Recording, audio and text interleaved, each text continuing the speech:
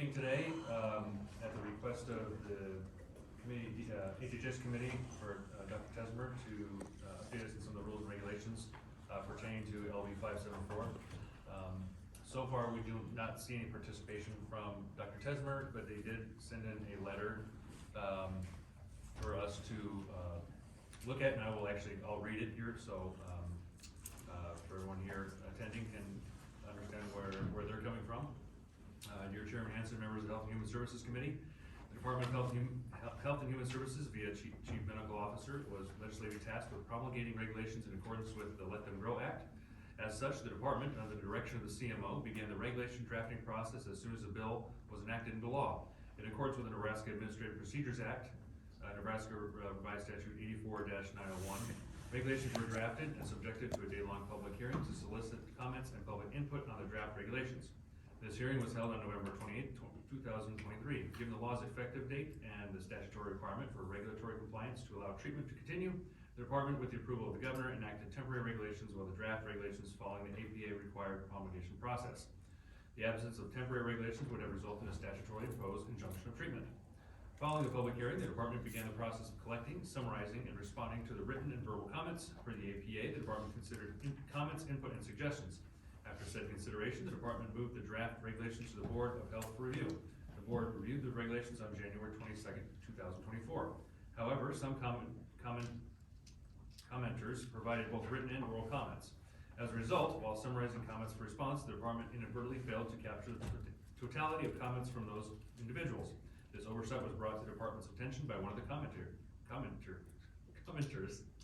The department then reviewed all comments and produced an updated hearing summary. The department then considered the updated hearing summary and, after said consideration, moved the draft regulations back to the Board of Health for review.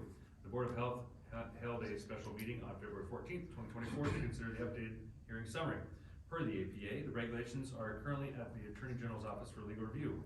If approved by the Attorney General's Office, the regulations may then be presented to the governor for final review and approval. If the regulations meet with the governor's approval, the governor may then execute the regulations. Given the regulations are still not finalized and currently still under legal review for the APA promulgation process, the department must respectfully decline participating in today's requested briefing. Sincerely, Bo Botello, Chief Legal Officer of DHHS. So, since we have no one here to testify, I'll leave it open. Senator Kavanaugh had some questions that she was planning on asking. We'll let her ask some of these questions. And after that, we will then take a break for the day until 1:30, where we continue on with the hearings for the day. So, Senator Kavanaugh. Thank you, Senator Hanson, and my fellow committee members for joining us today. I have distributed my questions that I prepared in advance for Dr. Tesmer and given them to the committee. There are 19 groupings of questions, so I will try to limit some of the more important ones. Starting with the process of gathering comments, explain the process to gather the comments from the public and medical experts within the state of Nebraska. What consideration was given to the local physicians actually working with families and children dealing with gender identity in their daily lives? What consideration was given to non-local physicians? A recap of the hearing for us. How many testifiers were there? How long did the hearing go? What were the final numbers of proponents, opponents, and neutral? Did you personally listen to or read all of the testimony given? Did you review the written comments received? How was your general feeling for what happened at the hearing? Has Dr.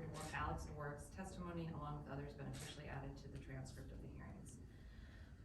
What is your philosophy medically when presented with a patient dealing with gender identity questions or who identifies as a gender other than the gender assigned at birth? How has your office balanced medical best practice, particularly when these are in conflict with your personal views? How were the temporary rules created and who approved them? Who worked on the drafting and creation of the temporary rules? What was your role in the creation of the temporary rules?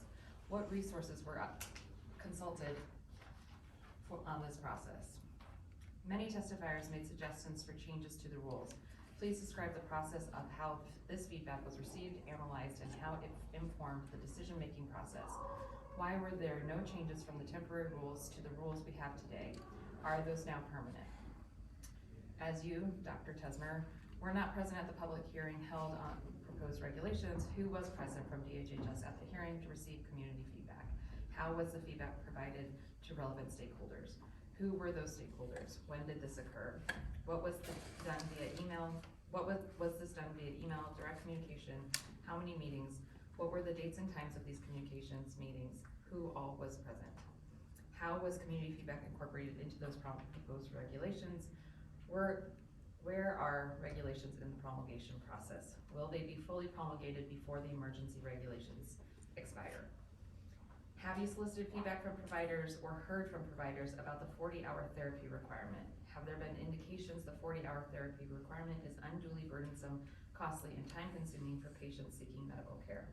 Have you solicited feedback from providers or heard from providers about the 7-day waiting period for puberty blockers?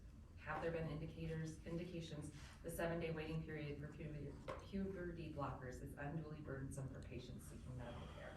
Have you solicited feedback from providers or heard from providers about the requirement for injectable medications administered at certain provider offices? Have there been indications this requirement is unduly burdensome for patients seeking medical care?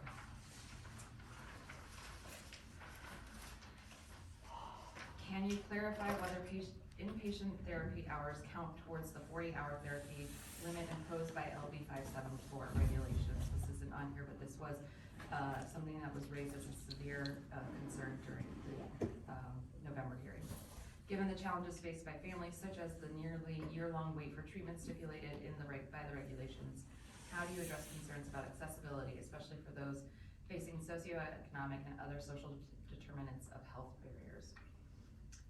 How do you respond to the frustrations expressed regarding the lack of updates to the regulations despite overwhelming opposition, both in person and online? Can you provide insights into the decision-making process regarding updates to the regulations and how various stakeholders' inputs, including those with medical expertise and standing, are considered? How do you address concerns raised about the perceived influence of certain individuals, especially those controversial affiliations or limited expertise, on the decisions made by DHHS leadership regarding these regulations? What steps are being taken to ensure the decisions regarding regulations are driven by Nebraska experts and nationally and internationally recognized experts in gender-affirming care? Have you sought perspectives from the mental health experts like Dr. Doughton and Dr. Sheehan regarding how cases affected by LB574 regulations are playing out in their practices? How do you plan to incorporate feedback and insights from mental health experts into ongoing regulatory process? Considering the statement by the American Psychological Association highlighting the importance of evidence-based healthcare and the risks associated with obstructing access to gender-affirming care, how do you reconcile the regulations with these principles? Given APA, or the American Psychological Association, from here on APA, given the APA's emphasis on the necessity of comprehensive gender-affirming health care for transgender, diverse, and non-binary individuals to mitigate negative mental health outcomes, how do the regulations align with this goal? The APA explicitly opposes state bans on gender-affirming care, stating that they are contrary to evidence-based healthcare, human rights, and social justice. How does DHHS address opposition in the context of LB574 regulations? I think that we have some more just about the APA, and I would just go to the final one, 19, role of parents and caregivers. The APA affirms the essential role and legal rights of parents and caregivers in ensuring the well-being of children and adolescents while honoring their expressed gender identity. How do the regulations respect and support the role of parents, caregivers, and providers in this regard? Thank you. Thank you. As some of you know, sometimes communication between different branches of government can sometimes be difficult. And so we're hoping that even with somebody not present here, this can kind of begin that process of more communication between the department and our committee about some of the updated rules and regulations concerning 574, because I know we as a committee have questions and concerns sometimes, and also our constituents do as well. So we're hoping this can be the start of it, and we can maybe even have a briefing sometime down the road when things can get more settled, and we can have some more communication that way. So we will take a break until 1:30. We will come back here. We'll open up the hearings today, starting with LB982. So thank you very much.